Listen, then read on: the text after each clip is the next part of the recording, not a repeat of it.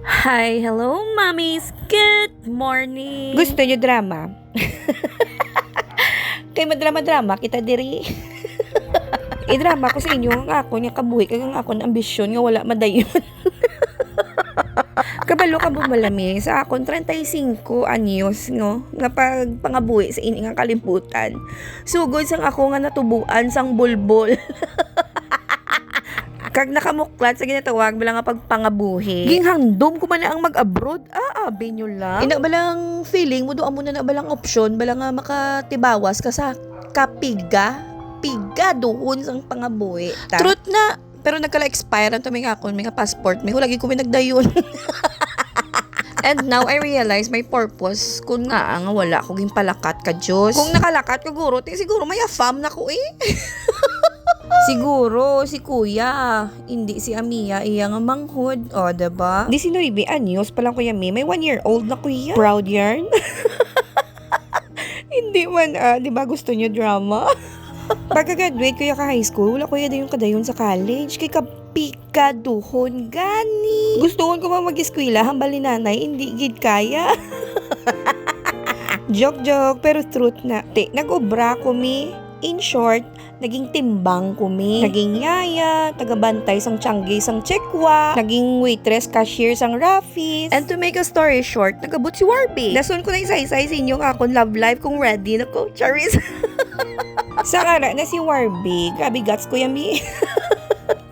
Nag-apply ako sa Watsons.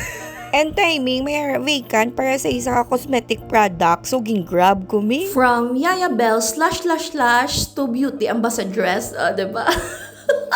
Wala ko yung may experience sa mga makeup ngayon na, pero cosmetic product ang ako niya kaptan. Imagine, wala ko working experience na related sa makeup. Kahit before ko nakasulod sa Watsons, yan naging waitress pa ko. Anong relate da? Ate, sino man biyang nagdahom, no? Nga ang isa ka babae, nga nagahandom, nagaambisyon, nga mag-abroad. Naging beauty ambassadress, ang isa ka cosmetic. Lawig ko sa Watsons, do mga 1 year, sobra man, kaya tinakaduwa ko kontrata. So, amo na. After sinami, naguntat ko, kay may bago nga offer, diba? Offer. Amo na isa ang time nga nag-eskwela na ko. Nagbalik na ko ba school ba? Nagbalik na ko school. At the age of 22. From Yaya Bells to timbang to / to midwife, diba? May connect na. Ang akon, ganyan nga pinakagusto, ganyan nga kurso sa unami is nursing. Lahat sa bangbang. Pero samtang nagatigulang kagalimi, galiwat man galing mo gusto. Daw gusto ko man mag-HRM, daw gusto ko man mag-culinary. Pero may natupaan ko midwifery. Kag sa tupad ko di subok, may bata nga ga mami. I love you too, baby. Batian nyo na. Anli, I love you na tiya. Wala na ni pulos ang aton yung voiceover kay nagbugtaw ng aton nga Rayna. But anyway, sa mumala na ang hambal ko no? Nga naghandom ako nga mag-abroad. Amo mala na gusto ko nga i-share mo kay ti syempre. Amo na ko no ang bulong sa kahirapan mo.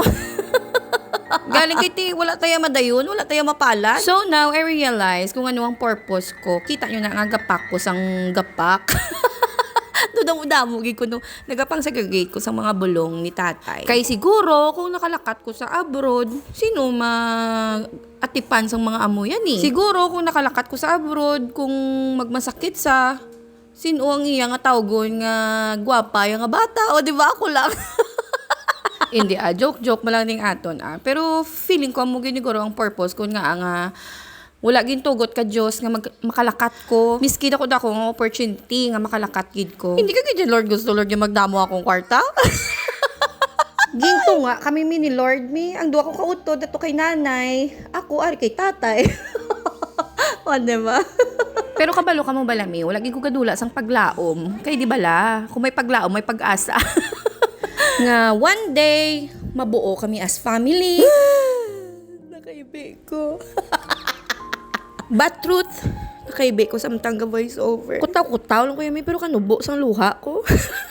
60 years old na sobra both parents namon, wala kami gani formal nga family picture. Hindi kami may broken family, ha? Separate ways lang. Kung baga, Dito ay umaga, diyan ay gabi. O, diba?